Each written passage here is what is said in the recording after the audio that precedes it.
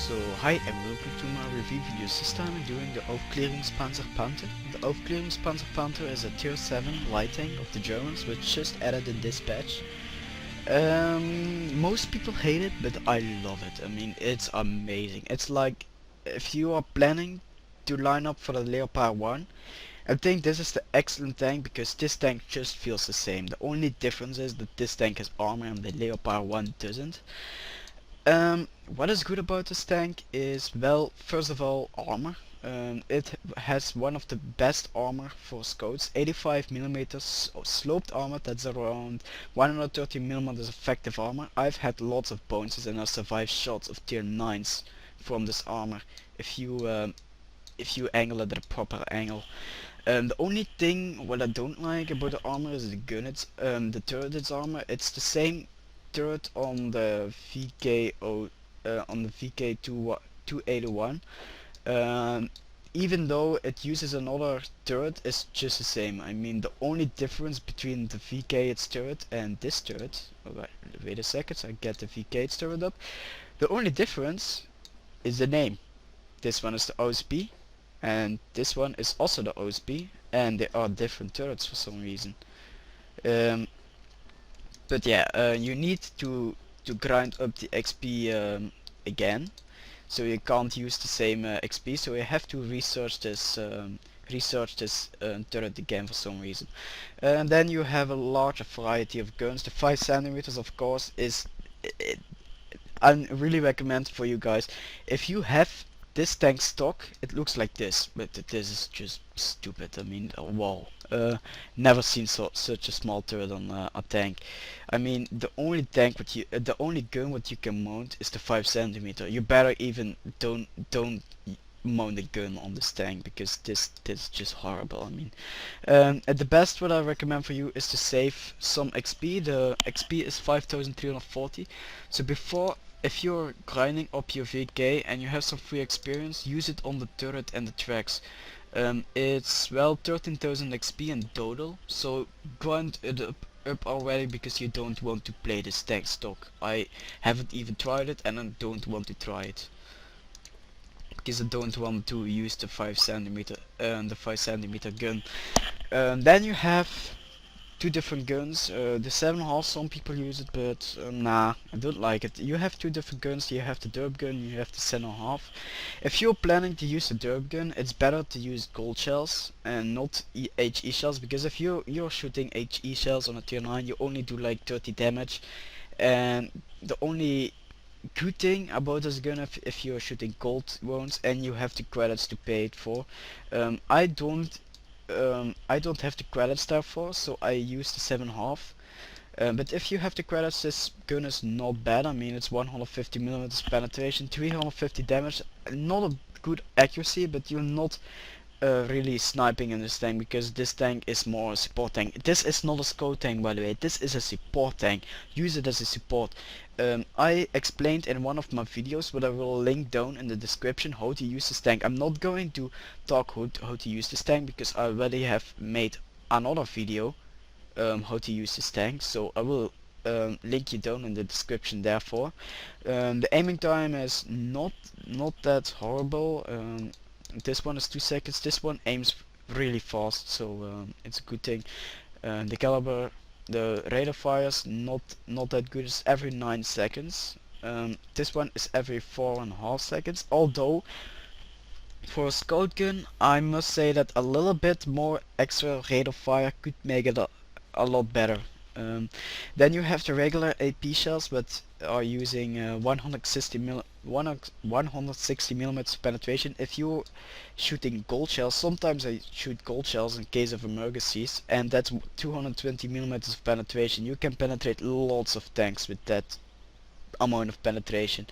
165, it's the same. Accuracy is not that. It's not that bad for a scout tank. It's actually really good for a scout tank. Then you have the engine. This is a beast engine, 900 horsepower for light tank. This is just amazing. I mean, the stock engine where you start with is 650. Keep in mind that you only use these engines on the new tanks and not on your old ones, so you have to research every single engine on this tank.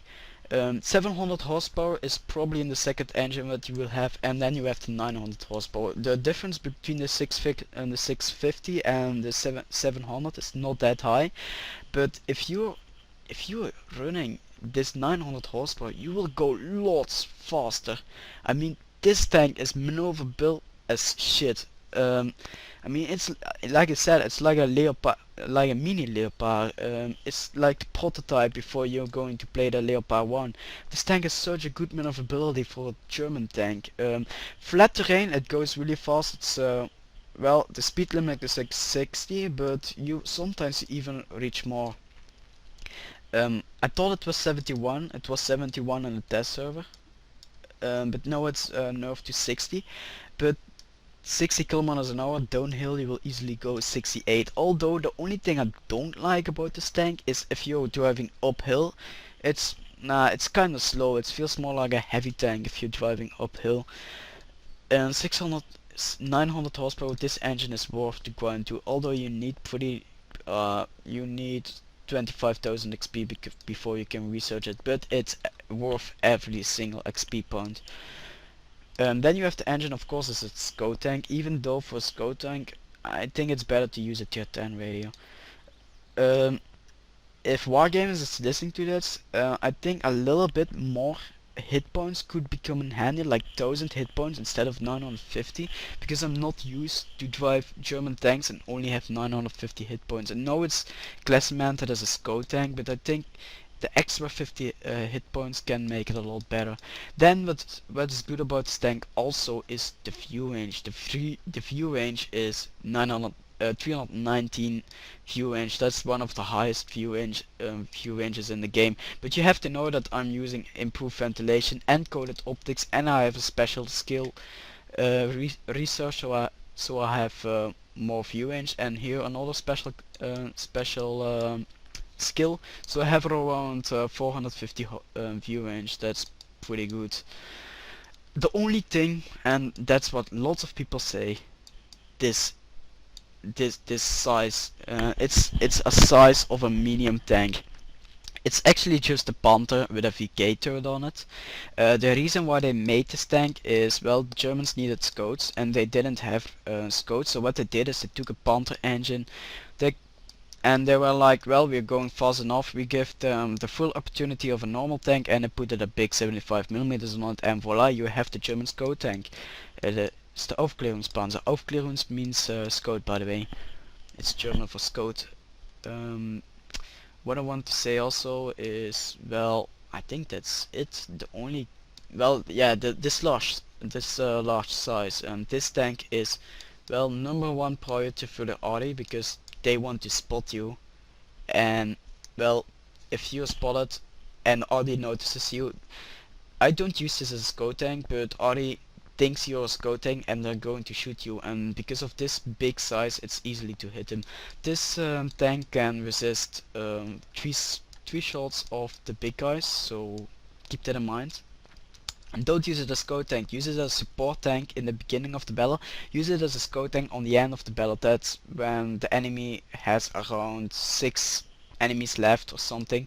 But use it as a support tank. You want to be annoying in this tank. Use your speed to your advantage. Go behind them, shoot them in the ass, and if they're turning your turrets, let your team do the work and finish them off. And this tank is, well, you want to focus the little tanks and the tanks that are nearly dead, and to have some kills, because you want to have a little bit of XP on this tank. And I have one of the best stats. I think I have ace tanker on this tank, so that means that, well, that there are lots of people hating this tank, and I like it. 49% win rate is not amazing, but you have to know that this tank, I have saved my team lots of times, but if I have bad teams I can't have a good win rating. So I'll be right back because I'm nearly over the 10 minutes mark. Okay, so what I have a 650 average experience, and not many people would have such a big experience on this tank.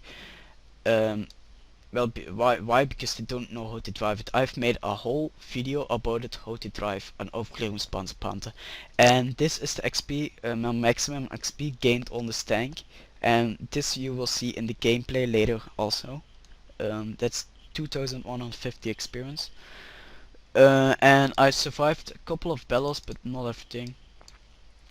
But enough saying about this tank. What you want to use here is plus 20% accuracy during movement. During rotation, this tank is pretty accurate on the move, so vertical stabilizer can make it better. Plus 10% to aiming speed, of course you want to take snapshots with this tank, so plus 10% to aiming speed. Coded optics is a must have for this tank, because you use this tank as a spotting tank in the beginning, as a spotting tank in the beginning. Don't rush to the enemy order because you will not survive because of your size. Use this as well, the coded optics you want to, then in the mid game, I mean, you can use as a support tank, be annoying, and on the end of the game you want to scout for the enemy arty. Minus 10% to load time, no, not really. That 0.2 seconds is not going to make a difference. Enhanced torsion bars, maybe, because then you have plus 10% to your HP on the tracks, but the German tracks have pretty good HP, so I don't think you need this. Camouflage, nah, no.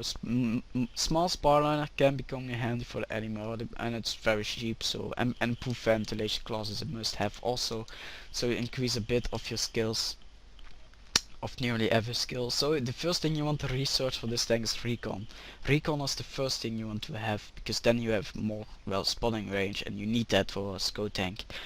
Sixth sense is a good thing to have, also a second one, so you know that you have to turn back because you're spotted, and hide for the enemy artillery. Jack of all trades, nah, not really. Eli, not at all. Well, repairs.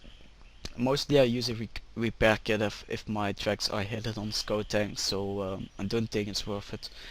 Camouflage net, of course you need camouflage. Keep in mind that light tanks keep their camouflage on the move. Even though this tank is big as hell, you will keep your camouflage in the move, so you will well have 100% camouflage all the time, even if you're moving. Borders and arms, this is a must have also for this tank. Then the gunner, what you need on the gunner is, well, you need snapshot. Snapshot is the first thing you want to have, so you have an increase for firing on the move.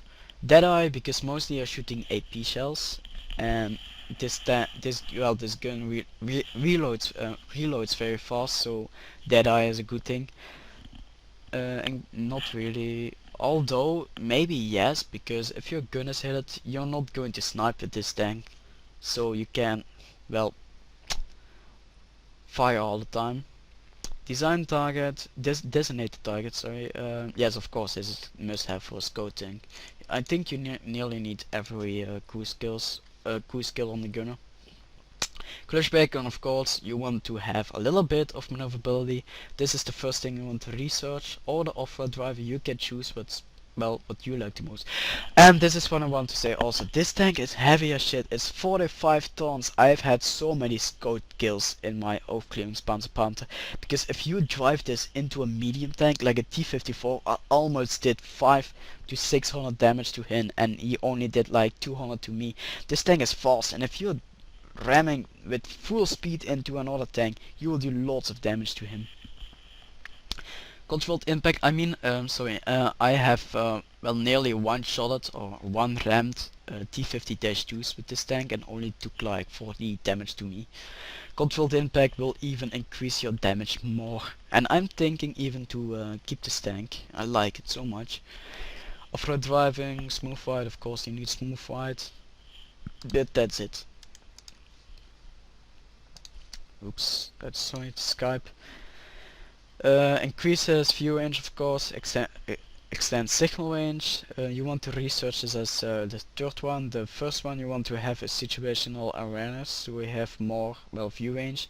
Call for vengeance is also a good thing, because if you die it's mostly behind the enemy front lines, and you can let them up 2 seconds more and your team can finish them off. Relaying, not really. This is more a skill you want to have on tank destroyers or a heavy tank. Then for the loader, nothing. Nothing at all. Institution, mostly you're shooting AP shells. You only have two kinds of ammunition, like you see. You have AP and you have APCR, and you have no heat shells, so you will not use it. Say storage, not at all, because German, the ammo racks are good to hide it, and adrenaline you don't need that on this small gun. But then the last thing I want to say is, well, my shell setup is 5 gold shells and, well, 76 AP shells. The only the only time where I use APCR is in case of emergency, like on the end of the battle, and I'm the only one left, and I have to make that kill. I use APCR, but I'm not like the other YouTubers that use APCR if they're seeing a tier that's higher than him or something. Plus 5 or plus 10%, depends what you want to use, is a good thing to have, because then you have more engine power, and this engine is really good. So if you're using the plus 10%, you will almost have 1,000 horsepower. That's a lot. Maybe you want to swap this in for well, your first aid kit or your manual fire extinguisher. Depends on what you want to use. But that's it. Enough talking in the gouache, and I will see you in the gameplay. Okay, so welcome back to the gameplay. This is the Aukl.panzer Panther in battle, and Himmelsdorf is like the best map you can have for this tank. I've had, like I said, 2,145 experience. That's a pretty good amount of XP I got from this battle. First of all, I use this. Well, I can't really scout here, so well, because this map is so small and there are lots of buildings, so I use this tank as an annoyer. I don't know the exact word in English for it, but I call it annoyer from now. That you annoy people, you get it. But first of all, I take my special position, what I always do if I'm driving light tanks on Himmelsdorf. I always go to the same position that is going out left, and there was a small window and you can see, well, nearly every tank from here. And if you're driving this on low tier people are less skilled and they will easily drive into this terrain here. There's a T-28 complaining that he is not going fast enough, but I think he will like the T-95. I'm sorry for this is a little glitch in battle. Ah, voila. So I took a shot at the KV-1S, taking 170 HP of him. Sometimes the HP pole,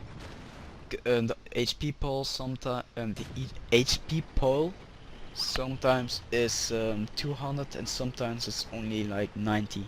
It's completely random. I stole the skill from the i6, the AMX 1375. This is, I notice this is just being an asshole, but this is how to get your XP in this tank. By, well, this is a nice snapshot there. But that's the only thing how you want to have skills, that it's from kill stealing. Otherwise you will, yeah, I think you're not going to finish off a heavy on your own with this tank. You always need teammates around you. Then I saw the Panther. And the Panther was driving towards the i6 to flank him, but he fell because he had to pass me. Normally I shouldn't be able to penetrate the Panther to its hull armor, but I penetrate him through the lower hull. Missed here. And he tried to flank the i6 here, but I took him off him. I'm a support tank, so I have to support my big mate, that's my i6 here. Taking some shots on the sides of the turret. You want to annoy that Panther. You want to do the little damage that he doesn't notice over time. So keep in mind that he showed his, well, it's bottom of the tank, and if you're showing the bottom of the tank is not armored at all, so every gun nearly can penetrate you there. If you have a chance to shoot at the bottom of the tank, shoot it, because you have a guarantee of penetration there. So the I6 is going to flank him, and I nearly finished him off, and I took the last hit. Again, kill steal. But that's how to use this tank. It's a kill stealer tank. So I'm going to annoy more, and I said to the team like, can you reach it on the top? And no one was writing me back, so I thought like, well, it's okay. But they failed on the top, you will see it later on the gameplay. Then I helped my teammate, my I6, who I was supporting during this battle. Because I have lots of horsepower, I can push him and he will go faster. Then I saw that people were capping, and I thought like, well, I'm going to research, I'm going to, how do you say it, I'm going to, oh fuck, I forgot the word, going to reset the gap, that's the word. I was going to reset the gap here. So there was a T-43 that got a couple of shots on me. First of all I hit the Tiger 2.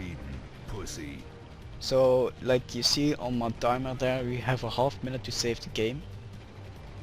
And there was a T-43 looking the other way, so I took a shot of him. Dance, motherfucker. And I reset the gap here. Missed the shot. Oh no, it didn't even fire. So the T-43 hit me, repaired my tracks to get undercover again, because he can penetrate me even frontally, so it doesn't matter. So that was Tie 2, I was waiting for the I6 to move up and help me. But I finished him off on my own. But we have an annoying T-44 there on the right. And just when I reloaded, he stopped showing his ass to me. That's pretty stupid. So boom, there's my first kill and my second one. The reload time, by the way, like I said, from the garage is 4.5 seconds. There were some arty guys, but I left them for my team. I should have gone after them, but I saw that the I6 was having some problems because the whole hill was coming down, and the I6 will be killed later on if I didn't show up. I have to help him. And then I saw that their team was going the other way, but my team finished the artillery off. So again, I was pushing him to help him a bit, because this is how you want to use this tank. Don't be ego, just help the team. Don't think of your own, help the team. This is an excellent team. If you're driving this tank good, you're a team player.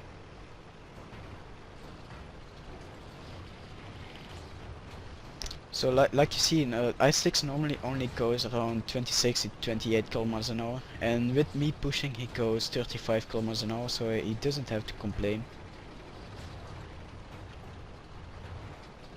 So I helped him going to the cap so he can help capping. And then I started the cap also until the Jagdtiger and the Löwe arrived. I should have gone after in the T-44. Its cover. Come get some. But I was a little asshole there. And I saw that the I6 was going after the arty kills.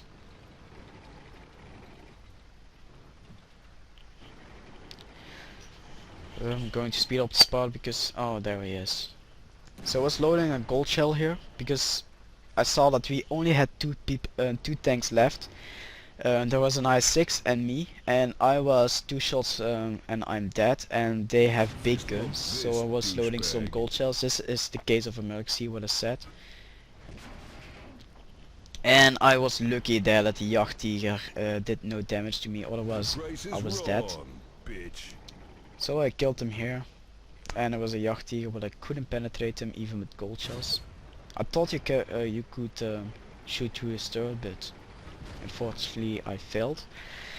Then I started to flank him because I'm not going to fight him frontally, even though I have loaded gold shells. The Jagdtiger has pretty good armor, so I will not penetrate him even if I am using gold shells. APCR. Took a kill here. picked This up is Top Gun, some serious and ass I think the kicking. I6 finished off the KV1. I'm not sure. It's pretty long ago since I played. No, I think I kill stealed them again here. I was just basically kill stealing that I6, but this, yeah. I mean, I helped them also, but I kill stealed them also, so it's 50-50. And Step bam, there right we up go. and get some. Um, I have taken pictures of the battle, so I will let you see it, how it went. So 7 kills with the Aukl.panzer Panther and 2150 experience. So that's it, and I will see you in the garage to have some little bit more talking about it. Okay, so if I have edited this in because I forgot things fast, normally you should be able to see the stats here. Um, but to end this video, um, well, what's the good thing about Panther? It's fast, it has a pretty good gun for a scout tank. The matchmaking is pretty flexible on this. You will easily get in tier 8, you're probably getting into tier 10, I must say. If you're driving in tier 8, don't be aggressive with the tank. I mean, be more aggressive with the tank. So you're driving in tier 10. Use this as a spotting vehicle. I forgot to say that in the gameplay and on my first part of the video. If you're going into tier 9, you want to use it both ways. So to end this video, the good thing about this tank is the view range. It's pretty fast. It has good armor for a scout tank. The only thing what I don't like about this tank is the size. The size is not good, and the hit points are not good either. To sum up, if you're someone who likes to play medium tanks and light tanks and is pretty good in it, if you know how to support the team and you know how to play a scout tank, like for instance those French light tanks, this is the best tank you can have. This is a tank for you. So end this video. Demo creation rules, and you can choose a tank from my garage. What do you want me to see review next? Place in the comments below, and also try to check out my channel so you know what tanks I've already reviewed. Next week I'm going to review the M5A1 Stuart from the Chinese. I accidentally sold it, but I will buy it again and do a video of it. So that's it, and I'm Follow, and I'm on. Bye. But then the spider hit